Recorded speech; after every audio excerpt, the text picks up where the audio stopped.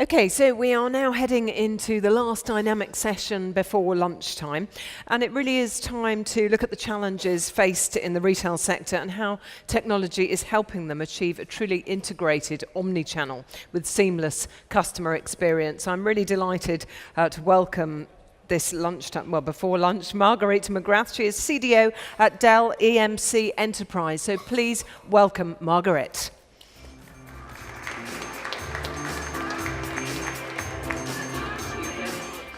Good afternoon, everybody. Thank you to those of you who are staying to enjoy this session before the race for lunch. So I really appreciate you staying on. So my name is Margaretta. I am the Chief Digital Officer for Dell EMC here in the UK. You're probably going to think now that I'm going to talk to you about laptops, and I ain't. I'm going to promise you I'm going to hopefully make this as stimulating and as engaging as possible. So Dell Technologies been on a bit of a journey for the last while. So many of you will think about our laptops, but actually we do an awful lot more than that. Over the last 18 months, we've merged Dell and EMC together, and as a result of that, we've got a number of umbrella or family companies that sit under this banner of Dell Technologies. And so we have moved much more from playing in the digital or the technology transformation space into the digital transformation space. And so these are some of the brands that we have underneath Dell Technologies, and we work with many leading retailers around the world, particularly in the US, the UK and the Asia-Pac market. And the focus of that engagement really is around digital transformation at every element, right through from the supply chain, right through to the front-end customer analytics side. So with that in mind, here are some of the solutions that we focus on, and we're focusing more and more on them. We've just released a blockchain as a service solution last week that couples with our IoT solution, and we are working with many leading brands at the moment to try and drive partnerships around these solutions at present. So what does this all mean, and how does it connect through? So the subject of this discussion is really around investment and getting a return on the investment for technology. And we've heard this morning from some amazing brands. I listened to the Starbucks discussion. It was fantastic, and hearing about some of the insights coming through from some of the marketplaces around this investment. We are still seeing technology being misspent. Right, there's still not clear views around how are you going to get the biggest return or the best return in terms of technology. And many leading retailers are really struggling with how you connect your business strategy back to your technology strategy.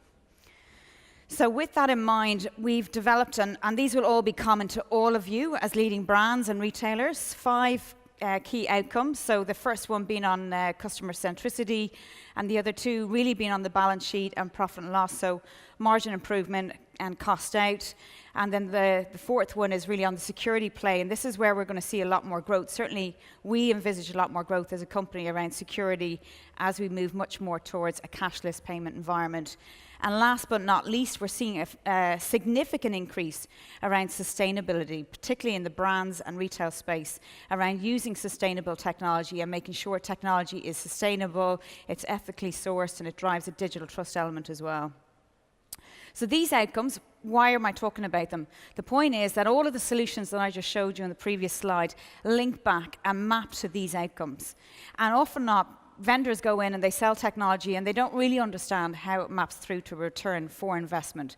But actually all of the solutions that we provide and all technology solutions must relate back to where they sit in terms of business outcomes. And they can easily be mapped back once they're connected through. So the business strategy been linked through to the technology strategy. So with this in mind, this is a market in Bangkok, and I think you're all familiar with the amount of choice and differentiation, and it is proving to be harder and harder for many of our retail clients to try and continue to differentiate themselves. And so a lot of them are asking us the question around, how do we get the biggest return for investment? If we invest in bricks and mortar, or do we invest in online? Do we do both? Do we bid a hybrid? Do we do it in the front end of the value chain? Do we put it in logistics, supply chain? Where should I start in terms of that investment? And it's difficult, right? It's not easy to do that essential planning and investment. So where do you put your money, right? How do you invest it wisely? How do you know you're going to get a proper return on this? And we have seen it's been a difficult 24 months in retail, particularly on Oxford Street and Regent Street. We've seen many UK leading brands invest heavily in leading technology, AR, VR, and actually they've had to close those stores down, right? So I'm not saying that actually investing in all emerging technology is the right way. You need to choose wisely. And where do you choose, and how do you choose, that is the question, right? So lots of the clients that we work with are kind of talking about how do they invest that technology investment in either the bricks and mortar or on the online capability space, or even on the pure play space. So it is careful planning and linking it back to what is the business growth plan and what are the target market that you're trying to go after. The question we get asked a lot is, you know, are we going to continue on bricks and mortar investments? So we really believe in the in-store experience and developing that further. We've put a lot of emphasis and investment around our IoT capability, our blockchain capability, and particularly on supply chain, logistics, and now more recently on in-store developments. And so actually we see a resurgence in many stores. One of our big clients, and I won't name them because they're here today and they've asked to be private, but certainly one of the big ones is one of the large UK brands that is expanding in the US that's heavily invested in further stores. Primark, a great example of a leading retailer that's driving growth in the US market as well, about to open up a new store in Brooklyn, investing heavily in in-store supply chain and logistics, and has been really clear that they're not going to go into e-commerce in terms of delivery of goods and services right now. Right? They've said they're going to stay away from that delivery of inventory right now. So a really strong strategy around growth for them in terms of in-store advancement and expansion, and being clear on what their target market is. Right? They've also said they're not going to close off the idea of potentially going into delivery of their inventory later down the track. But right now, their focus is on evolving and developing the store capability and expansion plans they have in the US. So a bit of a dichotomy right now, okay? We're seeing lots of trends around online. We've heard some great stories about the possibilities of new marketplaces opening up. But we are also, and we really believe this, there's a lot of opportunity for stores to expand and evolve further with the right business strategy. And that is the most important bit, right? Understanding your target market and looking at your business model is key to trying to drive the right investment in your technology. So I think I've just nailed that really in terms of the opportunity. There is lots going on. There'll continue to be lots of opportunity in terms of emerging technologies and how you can get the return on that. But being smart about it is key. We don't want to work with retailers that are going to invest in short-term plans around emerging technology. They've got to have a bigger plan around how they invest that technology and see how it connects through to the business strategy. And it has been a real shame that we've had some UK retailers that have had to close stores on Oxford Street, essentially because they've invested in leading emerging technology, but they actually missed the point around their customer demographic wishing to buy online instead of in-store.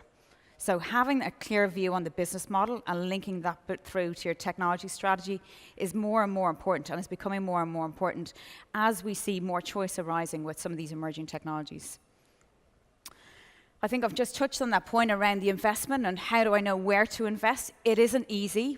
We're having lots of discussions, and retailers and brands are coming to us saying, where do you get the biggest bang for your buck? How are you going to get the best return? You know, and many of them have done detailed business cases out, but the truth is those business cases are done in silos. They're not done with the actual overall business and with the chief exec and CFO saying, how does it link through to our growth plan and customer market? So being really clear on the investment plan and linking it through to the business is important from a technologist perspective. The other change that we're seeing right now with technology functions in retailers is we're seeing a significant shift from being a cost center from a technology perspective right through to being a growth enabler. So there's a change going on right now in terms of how technology can really drive value. And so smart technology functions that have got good data teams, got good digital teams in there, are clear that actually technology can be a growth enabler too. And in many ways, we're seeing that data has been used to extract and drive value in terms of value creation. So what do I mean by that? So in terms of the insights, we're actually seeing a lot of businesses looking at data every day at the moment, going through it long and hard, driving out insights. But part of this is that they're doing so much analysis, it's analysis by paralysis. There's limited insights coming. The real rich insights are being overlooked. And actually, it surprises me, and I just had a discussion with somebody outside earlier on around social data. Some leading retailers that are probably sitting in this room today are still not using social data to drive through a richness of insight and overlaying that with customer data. So actually the analytics still has a long way to go in some instances, and being innovative around those insights to really drive a perspective around the customer value. The other point I wanted to make on this one is the technology spend that we're seeing, we're not seeing it being assessed across the value chain, right? So a lot of the time, businesses are looking at how they use emerging technology, but at the front end, at the customer end. And the truth is, we're seeing real value, cost out, revenue uplift in terms of using emerging technology at the supply chain end, at the manufacturing end, and even at the design stage. And so looking at your technology spend right across that value chain is going to become more important for you to realize value. So I think I've got a video that's going to come up in a minute that will show you how we've done this with one of our partners in terms of how they've looked at their spend and said, okay, where we invest in terms of emerging technology. A point here that I wanted to make is really around uniqueness and the choice and differentiation that you've got.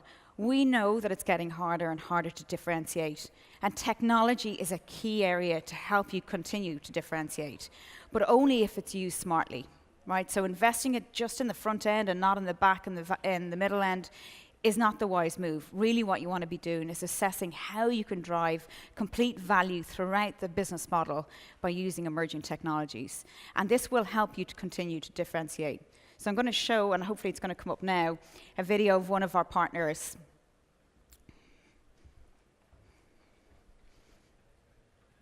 And maybe it won't. Let's see. So this is Nike, and it's in their design center. Let's see, here we go.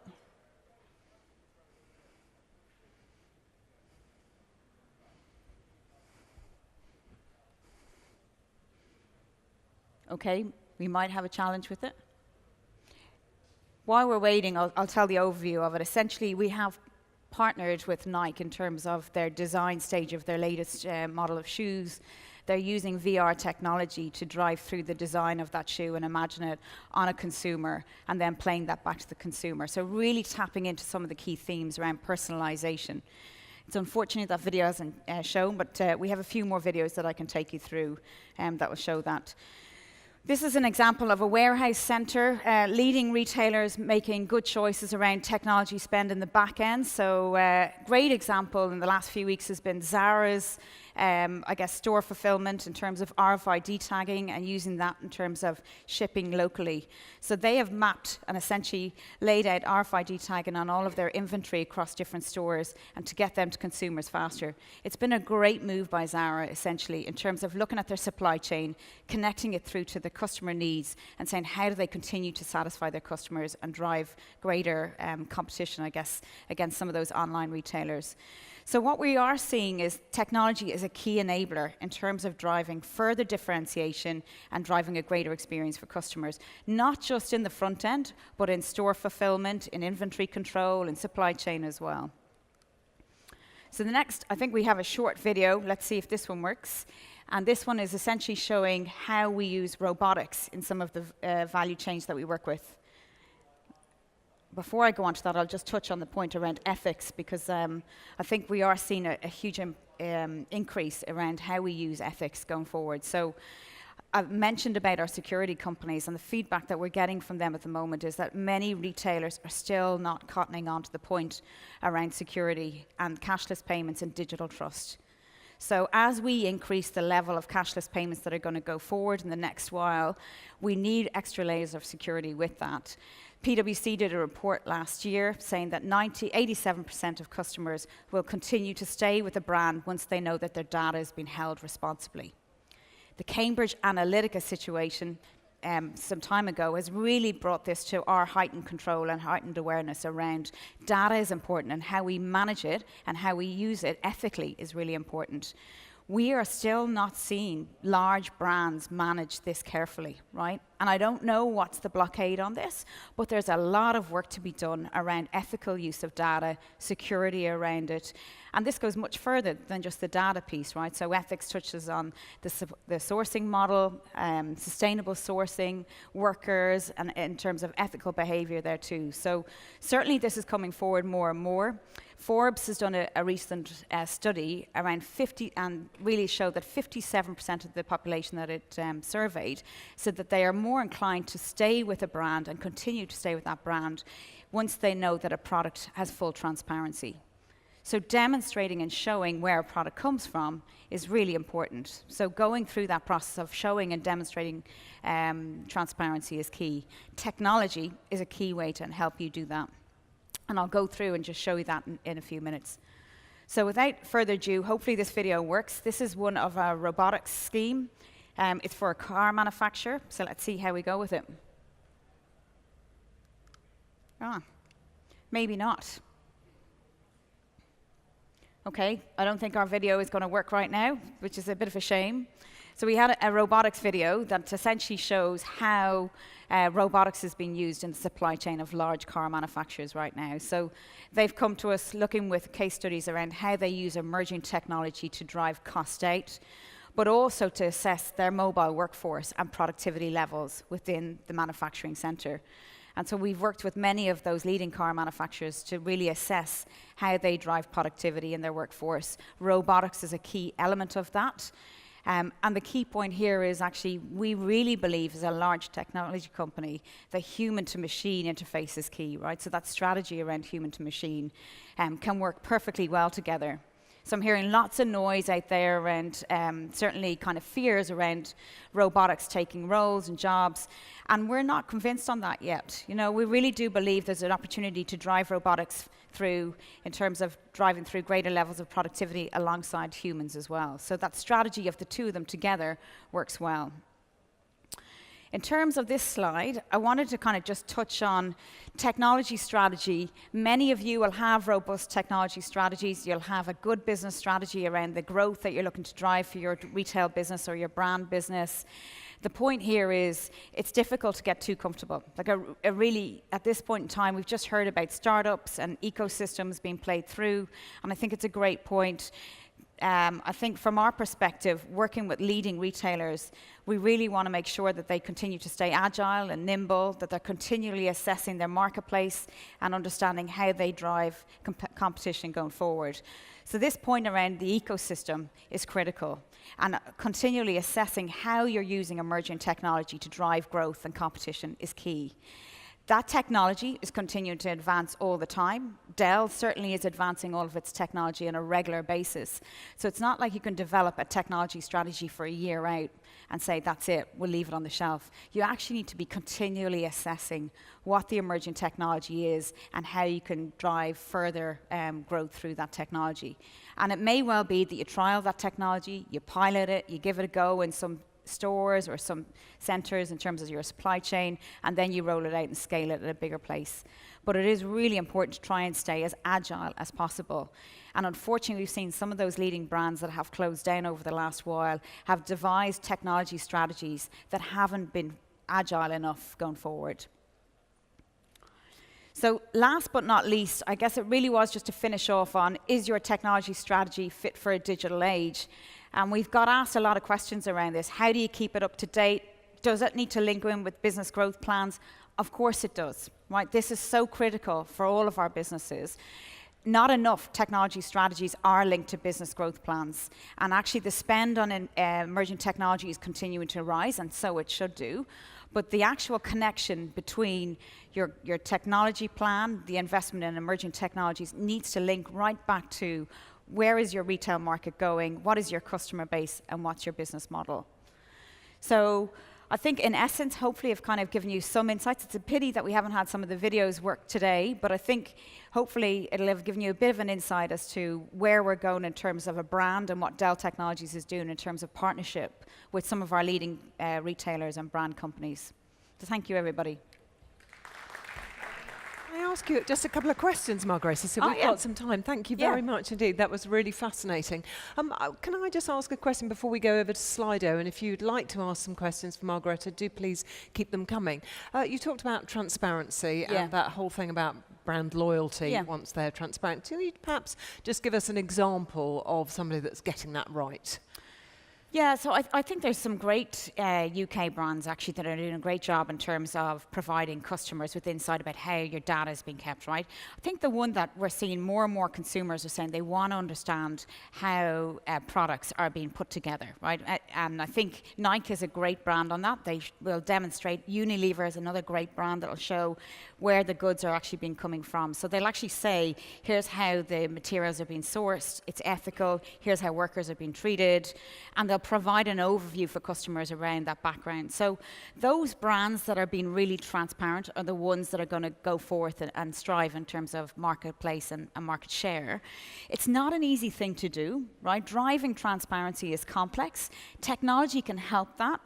But it really takes a kind of a strategy from the leadership level to say, we want to be as ethical as we can be. We want to be as transparent as we can be. And in some instances, we've seen one leading retailer that I'm thinking of at the moment that's just gone into the US, UK brand, has actually overhauled its complete supply chain in terms of its sourcing base to say they want to make sure it's completely ethical. Now, they've had a lot of pushback and they've lost market share because some of the ethics around that. So we've seen brands actually transition and make sharp changes on their sourcing model because of ethics and sourcing going forward. Okay, all right, wonderful. Thanks, Margareta. So you can see we've got a couple of questions. So let's just take a couple. Let's take that top one there. I think everybody can see that one. Would you be happy to answer that one? Yeah, so I think RFID tags, look, I think Sarah has been really strong on this, and I think it's a great question. Is it a risk of becoming obsolete over time? It may do, but right now it's got a real function in terms of inventory management.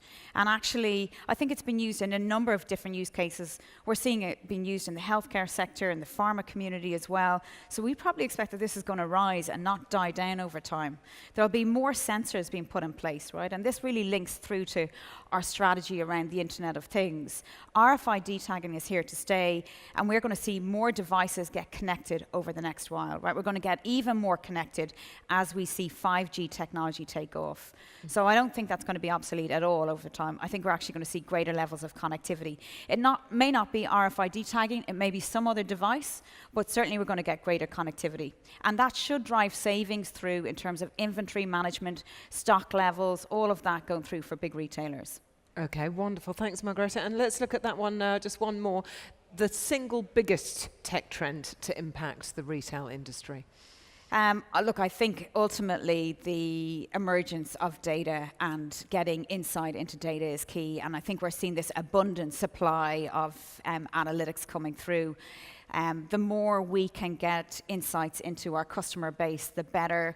It still surprises me that big retailers are not using the full data that's available to them. So there's a lot of retailers probably sitting in this room that are not looking at social data, sentiment analysis, and feeding that back around what are the insights around their customer preferences. But I think analytics has got to be one of the biggest trends that we're seeing coming through to disrupt how we use and do retail going forward. Okay, thank you so much, Not at all. Margareta. Thank That's you. wonderful. We're out of time, but thank you so much, Thank you. Margareta, everybody. Okay. Thank you. Give Thank her a you, round of applause. Splendid.